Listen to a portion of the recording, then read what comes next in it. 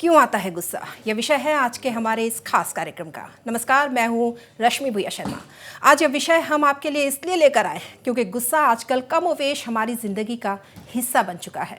Workload, बढ़ती जिम्मेदारियां और आर्थिक तंगी हमें चिड़चिड़ा और गुस्सैल बना देती है। हम खुद पर संयम रखने की कितनी भी कोशिश क्यों ना करें, लेकिन हम अपने गुस्से को कंट्रोल नहीं कर पाते। गुस्से का कई बार हम दुष्परिणाम भी झेलते हैं। गुस्सा सेहत से लेकर हमारे रिश्तों तक पर बुरा प्रभाव डालता है, लेकिन सब कुछ जानने के बावजूद भी लोग गुस्सा कंट्रोल नहीं कर पाते। हद से ज़्यादा गुस्सैल होना पर्सनल और प्रोफेशनल दोनों लाइफ को खराब कर सकता है और इसका असर डिसीजन मेकिंग की क्षमता पर भी पड़ता है। अक्सर गुस्से में गलत फैसले लिए जाते हैं, जिसके चलते बाद में लोग पछताते हैं। अगर आप भी ऐसी ही किसी समस्या से गुजर रहे हैं तो यह शो बिल्कुल आपके लिए है। तो हमसे जुड़े रहिए, क्योंकि आपकी समस्याओं पर बात करने के लिए स्टूडियो में आज हमारे साथ मनोरोग विशेषज्ञ डॉक्टर संजय सिंह उपस्थित है। बहुत बहुत स्वागत है डॉक्टर आपका इस शो में। जी डॉक्टर साहब, सबसे पहले तो हम ये जानना चाहेंगे कि हम बार बार कहते हैं कि हमें गुस्सा आ रहा है, लेकिन ये गुस्सा आखिर होता क्या है? क्या कोई ये स्ट्रॉन्ग इमोशन है, क्या है? नमस्कार, मैं डॉक्टर संजय सिंह। मैं सबसे पहले बताना चाहता हूँ, गुस्सा भी एक इमोशन है। तो एक इंसान को गुस्सा क्यों आता है? एक नेचुरल इंस्टिंक्टिव रिस्पॉन्स होता है एक थ्रेट के अगेंस्ट। तो ये गुस्सा हम उसको कब सोचते हैं कि ये गुस्सा हमारे लिए हानिकारक हो रहा है? जब आप इसको कंट्रोल नहीं कर पाते। ये आपके पारिवारिक जीवन को, आपके प्रोफेशनल लाइफ को और आपके हेल्थ में ये अफेक्ट करने लग जाता है और इस आपको ये चिड़चिड़ापन और आप इससे परेशान होने लगते हो। तो हम समझते हैं कि ये जो इमोशन है, वन ऑफ द इमोशन, जैसे हमारा एक इमोशंस होता है, हम हंसते हैं, रोते हैं, गुस्सा भी एक तरह का इमोशन है। पर ये जब आपके लिए ये कारण बन जाता है परेशानी का, तो हम इसको सोचते हैं कि we need to take care of that. हमको इसके बारे में सोचना पड़ेगा। जी डॉक्टर साहब, फिर इसके लक्षण हम कैसे पहचाने, कैसे पता चले कि हमें गुस्सा आ रहा है? कंट्रोल कैसे करें इस पर? देखिए, सबसे पहला तो सवाल ये होता है कि हमें गुस्सा आ रहा है और ये हमारे लिए ये एक इशू है जिसको हमको डील करना चाहिए कि नहीं। देखिए, कोई गुस्सा भी दो तरह का होता है। एक होता है प्रोवोक्ड, एक होता है अनप्रोवोक्ड। मान लीजिए कोई ट्रिगरिंग फैक्टर है जिससे आपको गुस्सा आ रहा है, तो वो एक रिस्पॉन्स, नेचुरल ह्यूमन रिस्पॉन्स है जो रहेगा। पर वही गुस्सा अगर अनप्रोवोक्ड, बिना किसी कारण की वजह से, आउट ऑफ प्रपोर्शन, जितना होना नहीं चाहिए उससे बहुत ज़्यादा अगर आ रहा है, तो हमको सोचना चाहिए कि we have to think into that what is going wrong with us. तो ऐसा लगे कि अगर आपको गुस्सा बार बार आ रहा है, छोटे छोटे बातों पे गुस्सा आ जा रहा है, आपको लग रहा है कि आपके गुस्से की वजह से आप दूसरों को हर्ट कर रहे हो, आपके जो रिश्ते हैं लोगों के साथ उसमें तनाव आ रहा है, जो गुस्सा आने के बाद जब आपको गुस्सा आता है आप कुछ ऐसा बोल जाते हो या कभी आपके हाथ, कभी ऐसा होता है कि यू बिकम फिजिकली अब्यूसिव, तो आपका हाथ उठ जाता है या आपके मुंह से बातें कुछ ऐसी निकल जाती हैं जिससे आपको रिग्रेट होता है, रिमोर्स होता है, पश्चाताप होता है कि शायद मैं नहीं बोलता, ये मुझे नहीं बोलना चाहिए था। और सामने वाला भी, आप जो इंसान है, आपसे बार बार हर्ट हो रहा है। आपकी जो प्रोफेशनल लाइफ है वो, उसमें बहुत दिक्कतें आ रही हैं, आपके पर्सनल लाइफ में दिक्कतें आ रही हैं, आपके रिलेशनशिप्स में दिक्कतें आ रही हैं। तो समझना है कि एक इशू है मेरे लाइफ में जिसको मुझे बहुत गंभीरता से लेना है और उस पर विचार करना है, और हो सके तो मुझे एक मानसिक रोग विशेषज्ञ का हेल्प लेना चाहिए या अपने घर वालों से पहले बात करनी चाहिए कि कैसा प्रॉब्लम से मैं या जो फेस कर रहा हूँ, शायद मुझे हेल्प की ज़रूरत है। तो इस चीज़ से निजात पाना बहुत मुमकिन है। ये ऐसी चीज़ नहीं है जिससे हम उबर नहीं सकते, हम बहुत उबर सकते हैं। तो कहीं ना कहीं अपने जो हम जिस चीज़ से गुजर रहे हैं वो हमें जानना ज़रूरी है। एकदम बराबर। जी, ये आपने जिस तरह के लक्षणों को बताया, क्या मस्तिष्क में उस वक्त कोई परिवर्तन होता है या कुछ हार्मोनल चेंजेस जिसकी वजह से भी इस तरह के हो सकते हैं गुस्सा, जो लोग इतने ज़्यादा गुस्सा आता है, फ्रिक्वेंटली गुस्सा आता है? देखिए, सबसे पहला इसमें कारण तो ये देखते हैं कि इंसान को गुस्सा क्यों आ रहा है। ये गुस्सा एक मैनिफेस्टेशन हो सकता है, एक सिम्टम हो सकता है एक अंडरलाइंग प्रॉब्लम का।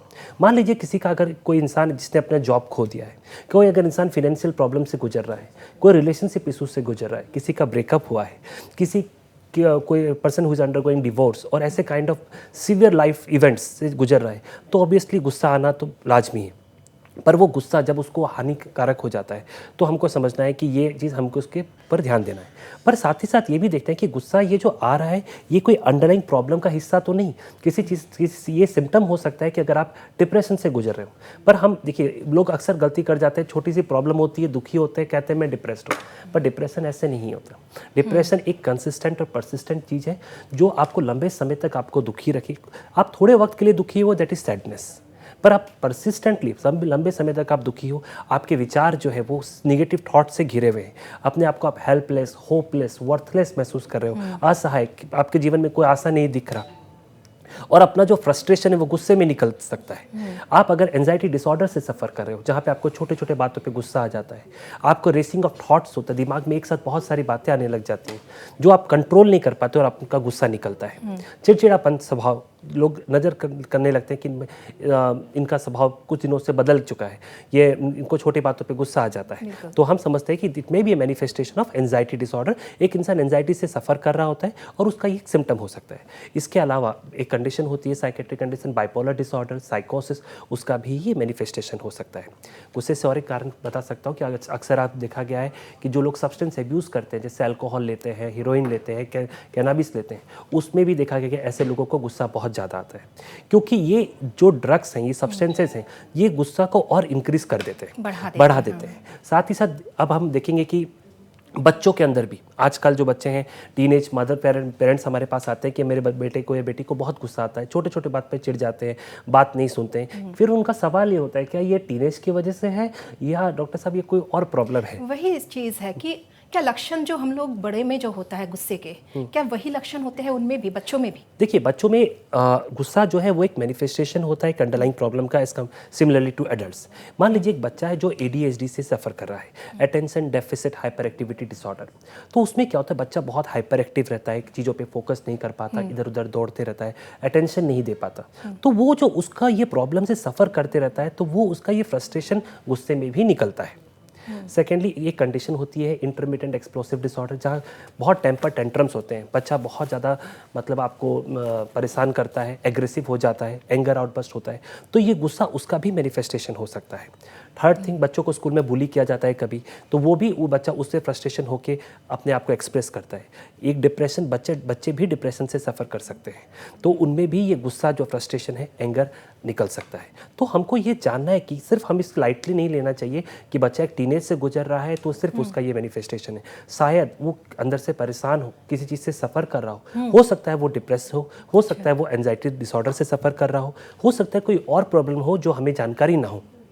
तो हमें इस चीज़ पे ध्यान देना चाहिए और बच्चों से बात करनी चाहिए, और ज़रूरत पड़े तो we should without any stigma, किसी मतलब अपने दिल में ऐसा नहीं रखना चाहिए कि हम साइकेट्रिस्ट के पास जाएंगे, डिस्कस करेंगे तो हमारे बच्चे के लिए कुछ ऐसा प्रॉब्लम है। नहीं, आप खुल के बात कीजिए। हो सकता है कि शायद ये बच्चे का बिहेवियर भी जो जिससे सफ़र कर रहा है वो शेयर करने के बाद कुछ बदलाव उसमें आ जाए। बहुत कुछ जी डॉक्टर, आपने जितनी सारी बातें बताई है बच्चों को लेकर खासकर, हमने देखा कि कोविड महामारी के बाद ज़्यादा देखने को मिल रहा है कि जो पेरेंट्स हैं उनकी परेशानियां, उनकी दिक्कतें बढ़ गई है क्योंकि डिसिप्लिन नहीं कर पाते। तो ऐसे पेरेंट्स के लिए कोई सलाह आप देना चाहेंगे कि किस तरह अपने बच्चों को हैंडल करें? देखिए, अब तो कोविड ऑलमोस्ट, मैं ये नहीं बोलूँगा ख़त्म हो गया है, पर हम उबर चुके हैं उस चीज़ से। तो जब कोविड के समय बच्चे बहुत टाइम तक घर पे रहे, चार दीवारी के अंदर बंद रहे, तो एक इमोशनली उनका जो एक्सप्रेशन है टुवर्ड्स देयर जो पीयर ग्रुप वो नहीं हुआ, लोगों से मिलना जुलना बंद हो गया। तो एक अंडरलाइंग बहुत सारे बच्चों जो हम जनरली अपने क्लिनिक्स में देखते हैं, this had suffer from depression, और उनको एंजाइटी से सफ़र किए। वो बहुत सारे बच्चे थे जिनको पहले से हो सकता है कि मतलब उनको वो देर मतलब उनका एक था कि बाद में शायद वो डिप्रेशन होता या ऐसा था, तो पर वो इस चीज़ को और उभार दिया कोविड ने, उनको जब अंदर बंद हो गए। तो ये जो अभी देखा गया, फिर वो बच्चे ज़्यादातर मोबाइल में चले गए। अभी बहुत सारे पेरेंट्स आते हैं, कंप्लेन करते हैं कि मेरा बेटा दिन भर मोबाइल यूज़ करते रहता है। मोबाइल भी एक वजह बन रही है। मोबाइल, तो वो मोबाइल में वो क्या देखता है, वो फ्री फायर खेलता है, वो पबजी खेलता है, वो मारपीट वाली चीज़ें देखता है, तो पेरेंट्स भी डर जाते हैं कि ये मतलब ये किस दिशा में मेरा बच्चा जा रहा है। अमूमन हर घर में ये हो रहा है। तो एक्चुअली हमको ये समझना है, फिर हमको बच्चे से बात करनी चाहिए कि आप ये जो यूज़ कर रहे हो मोबाइल, क्या आपको अगर हम यूज़ करने नहीं दें तो ये क्या आपको क्या परेशानी होती है। तो वो वाला हमको चिड़चिड़ापन सा होता है। तो अंडरलाइंग ये कंडीशन होती है OCD या OCD स्पेक्ट्रम डिसऑर्डर, जहाँ पे एक इंसान को बार बार एक ही चीज़ करने की इच्छा होती है। जैसे इम्पल्सिविटी होता है कि वो जब तक वो चीज़ को नहीं करे तो वो बहुत परेशान रहते हैं, करने के बाद उनको रिलैक्स हो जाता है, फिर कुछ देर बाद वो वही करते हैं। तो ये गेम एडिक्शन, इंटरनेट एडिक्शन इस वन ऑफ ये आपके OCD स्पेक्ट्रम डिसऑर्डर के अंदर ही पड़ता है। तो हमको ये बहुत इंपॉर्टेंट है कि हमको जानना, अगर हम सही वक्त पे सही डिसीजन लें और हेल्प लें तो हम इस चीज़ से निजात पा सकते हैं। पर ये मैं नहीं कह रहा हूँ कि बच्चे हैं तो उनको दवाइयों की ज़रूरत पड़ेगी।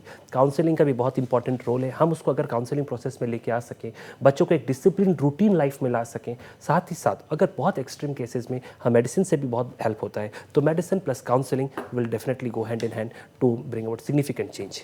सिर्फ बच्चे ही नहीं, युवाओं में भी हमने देखा है जो महामारी के बाद ऐसे कई लोग हैं जिन्होंने अपनों को खोया है, उसके बाद डिप्रेशन में चले गए या फिर काफ़ी चिड़चिड़ापन उनमें होने लगा है, उन लोगों के लिए कोई टिप्स?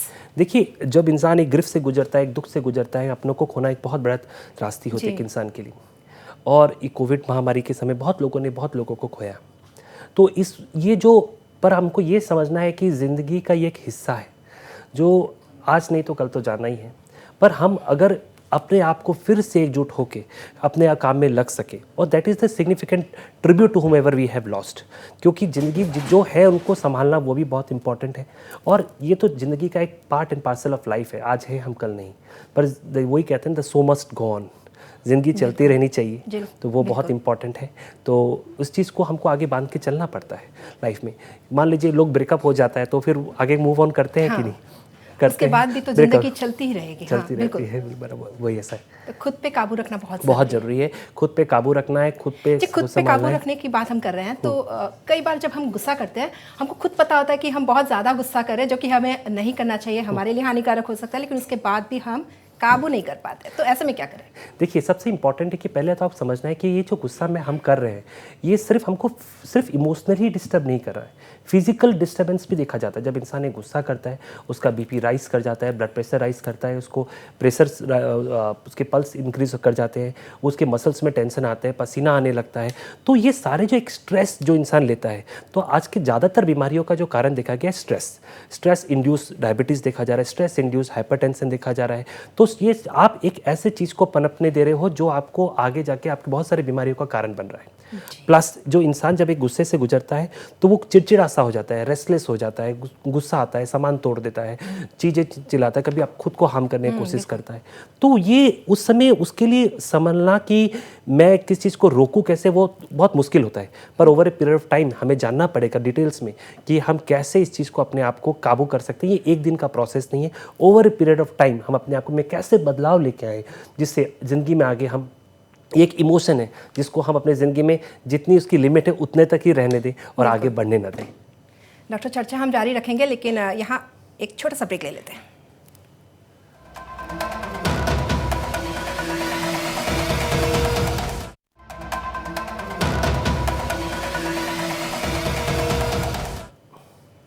तो आज हम बात कर रहे हैं एंगर मैनेजमेंट की। हमारे साथ डॉक्टर संजय सिंह उपस्थित है।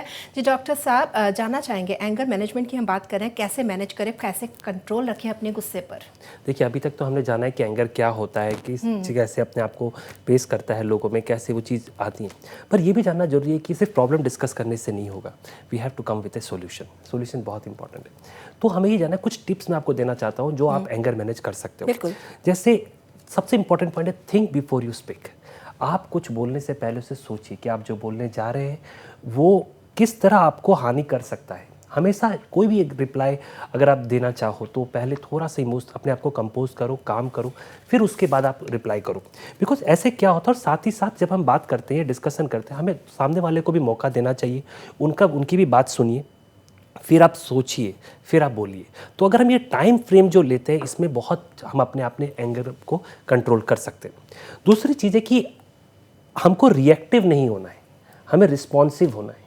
मान लीजिए कि एक माहौल बहुत बैठ गया है जहाँ पे काफ़ी डिस्कशंस हो रहे हैं, मामला गर्म हो गया है, लोग एक दूसरे से लड़ झगड़ पड़ रहे हैं, तो आप उसमें एक्सप्रेस मत कीजिए, आप शांत रहिए, सही वक्त का वेट कीजिए, पर अपने बात को जरूर रखिए। बिकॉज अपने बात को जरूर रखना बहुत ज़रूरी है, और असर्टिव तरीके से रखिए। It should be non confrontational, मतलब आप उनको कन्फ्रंट मत कीजिए, पर अपने बातों को जरूर रखिए, क्योंकि अगर आप दिल में बातें रखोगे तो फिर वह गुस्से का अलग के कारण बन जाता है।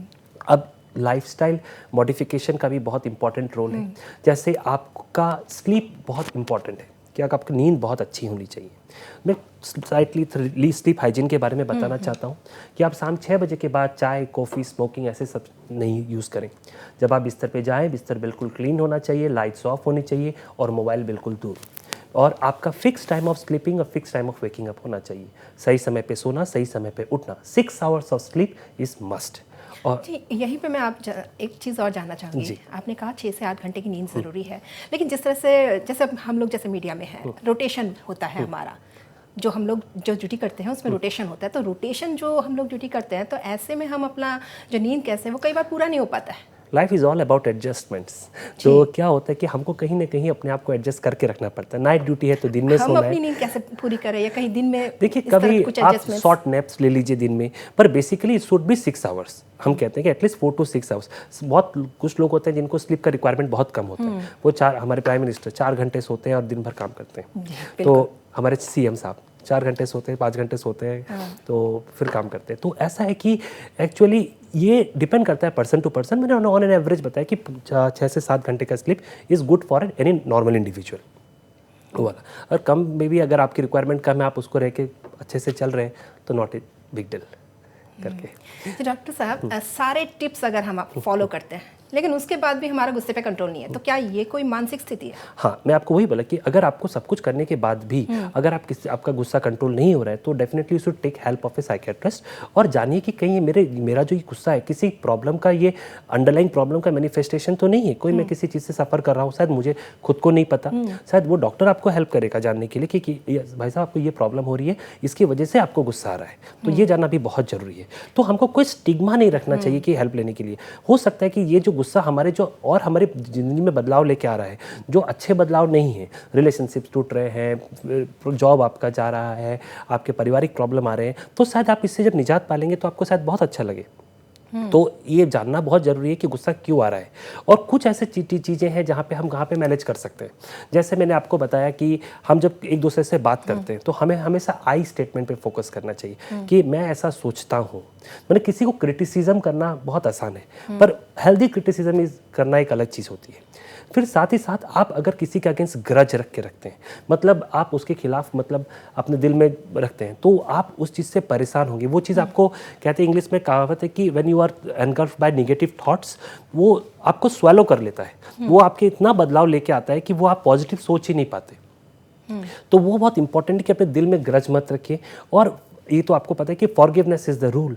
अगर आप फॉरगिव कर पाए लोगों को, तो फॉरगिव दूसरों के लिए नहीं, फॉरगिव खुद के लिए। क्योंकि आप किसी को खुद को फॉरगिव करें तो आप खुद मतलब स्वयं खुद अच्छे से रह पाएंगे, और साथ ही साथ आपका जो रिलेशनशिप है उसको आप रिबिल्ड कर पाएंगे। ये बहुत इंपॉर्टेंट है। और एक जब जहाँ तक साइकेट्रिक हेल्प की जब बता रहा हूँ मैं, तो हम एक कॉग्निटिव रिस्ट्रक्चरिंग करते हैं, जहाँ पे हम पेशेंट को हेल्प करते हैं काउंसलिंग से, जो उसकी जो सोच की प्रोसेस है, थिंकिंग को रिफ्रेम करते हैं। जैसे मान लीजिए कोई बंदा है, उसके दिमाग में हमेशा निगेटिव थॉट्स वगैरह आते हैं, तो मान लीजिए कुछ ऐसा ज़िंदगी में उसके प्रॉब्लम से वो फेस किया और वो क्या है, एवरीथिंग इज रूइंड, मेरी ज़िंदगी खत्म हो चुकी है। अब उसको हम सोच को कैसे पॉजिटिव तरीके से बदलें, वो ऐसा भी किस चीज़ को ऐसे भी हम उसको बदलना है कि मैं फ्रस्ट्रेटेड हूँ कि मेरे साथ ऐसा कुछ हुआ, पर मैं बाउंस बैक करूँगा और शायद अपनी ज़िंदगी में ऐसा बदलाव लेके आऊँगा कि आगे ज़िंदगी में ऐसे कभी भी कोई प्रॉब्लम आए तो मैं उसको बहुत फेस कर सकूँ। तो दोनों स्टेटमेंट एक ही चीज़ को मीन करते हैं, पर कहने का तरीका अलग है। साथ ही साथ एक चीज़ और है कि हम जैसे वर्ड यूज़ करते हैं बातचीत में, नेवर, ऑलवेज, तो ये चीज़ बहुत हर्ट कर जाती है क्योंकि ये बहुत जजमेंटल हो जाता है। तो हमको ऐसे वर्ड्स को जनरली आर्ग्यूमेंट में अवॉइड करना चाहिए। लास्टली मैं एक चीज़ बोलूँगा कि आज की दुनिया में एक्सपेक्टेशन से लेके सब कुछ इन्वॉल्व है। आप एक्सपेक्ट करें, हर इंसान का अपना एक लेवल ऑफ एक्सपेक्टेशन होता है। रिश्ते भी इसी वजह से टूटते हैं। जब हम लोग इतना ज़्यादा गुस्सा करते हैं तो कई बार रिश्तों में जो है वो खटास पड़ जाती है। तो बेसिकली ये क्या होता है कि देखिए, आप दो इंडिविजुअल है, हर किसी का अपना एक्सपेक्टेशंस होता है। अब वो आपकी एक्सपेक्टेशंस यहाँ तक पूरी हो, फिर आप एक्सपेक्टेशंस को इंक्रीज करते हो, तो कहीं ना कहीं वो एक्सपेक्टेशंस हर्ट होती है। एक्सपेक्टेशन एक ऐसी चीज़ है जो फुलफिल करना बहुत मुश्किल है। और ये चीज़ ये है कि आपको जैसे कहते हैं ना, आप अपने जो डिमांड्स हैं उसको आप डिज़ायर्स में कन्वर्ट कीजिए। जो आपके डिज़ायर्स है वो अगर फुलफिल ना हो तो आपका डिसअपॉइंटमेंट आपके गुस्से का कारण नहीं बनना चाहिए। वो इंपॉर्टेंट है। और एक्सपेक्टेशंस तो ऑलवेज हर्ट्स, आपने सुना ही होगा। तो एक्सपेक्ट ज़्यादा नहीं करना चाहिए रिलेशनशिप्स में। हाँ, आप एक दूसरे के लिए ज़रूर करना है जो करना है, पर रिलेशनशिप सर्वाइव करते हैं जब आप सामने वाले बंदे को एक्सेप्ट करते हो या बंदी को एक्सेप्ट करते हो, तो वे सी ही और सी इज़, तो फिर आपको क्या होता है कि आप उस चीज़ पे फोकस कर पाते हो।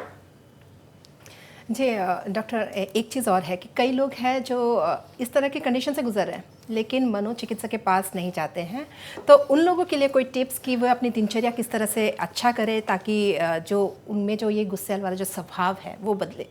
देखिए, मैंने आपको बोला कि जैसे मान लीजिए आपका लाइफस्टाइल मॉडिफिकेशन जिस पे मैं फोकस कर रहा था, स्लीप हाइजीन, और स्लीप आपके लिए बहुत इंपॉर्टेंट है। आप सुबह उठने के बाद योगा, मेडिटेशन, जुम्बा, एरोबिक्स कुछ भी कीजिए। मेडिटेशन का बहुत इंपॉर्टेंट रोल है, क्यों? इससे आपको बहुत मतलब आपने खुद पे सेल्फ कंट्रोल आता है।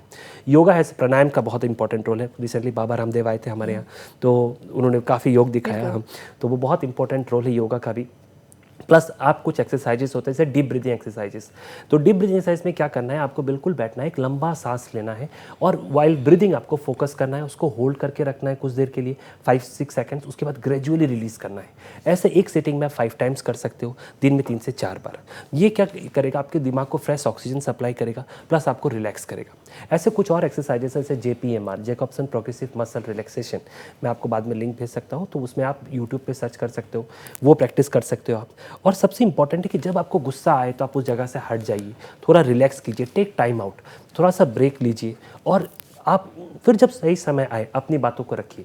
तो इसे बहुत हम सीख सकते हैं। और एक हमारे former prime minister Atal Bihari Vajpayee को आपने देखा होगा, वो बात बोलने से पहले रुक जाते थे, सोच सोच के बोलते थे। तो वो बहुत अच्छी चीज़ें सीखने के लिए कि हम अगर हमारे मुंह से जबान निकल रहा है तो हमको सोचना चाहिए। बिल्कुल डॉक्टर साहब, ये टॉपिक ऐसा है कि चर्चा करेंगे तो खत्म नहीं होगा, लेकिन वक्त हमारा समाप्त हो चुका है। बहुत बहुत धन्यवाद आपका, आप स्टूडियो में आए। तो आज के इस खास कार्यक्रम में हमने जाना कि गुस्सा क्या है और कैसे उस पर काबू पाया जा सकता है। इसके लिए महज ज़रूरत है सकारात्मक सोच रखने की। उम्मीद है आपको भी अपनी समस्याओं का हल मिल गया होगा। चर्चा से जुड़ने के लिए आप सभी को धन्यवाद।